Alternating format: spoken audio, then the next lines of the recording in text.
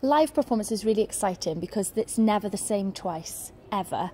And what is also really exciting is being able to be there to see an audience member's reaction to something. So whether you sing something and it moves people emotionally, or whether they're surprised, because some people don't often hear an opera singer singing live in a close environment.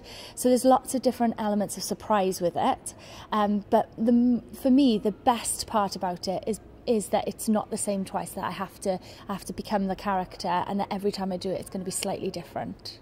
Well, I think this is a really special building for this country. It's the first of its type, but I think for a performer to be here, whether you're on the main stage, which I've been lucky enough to perform on, or whether you're in the foyer, the Glamfa performing, I think it's got an element of magic about it.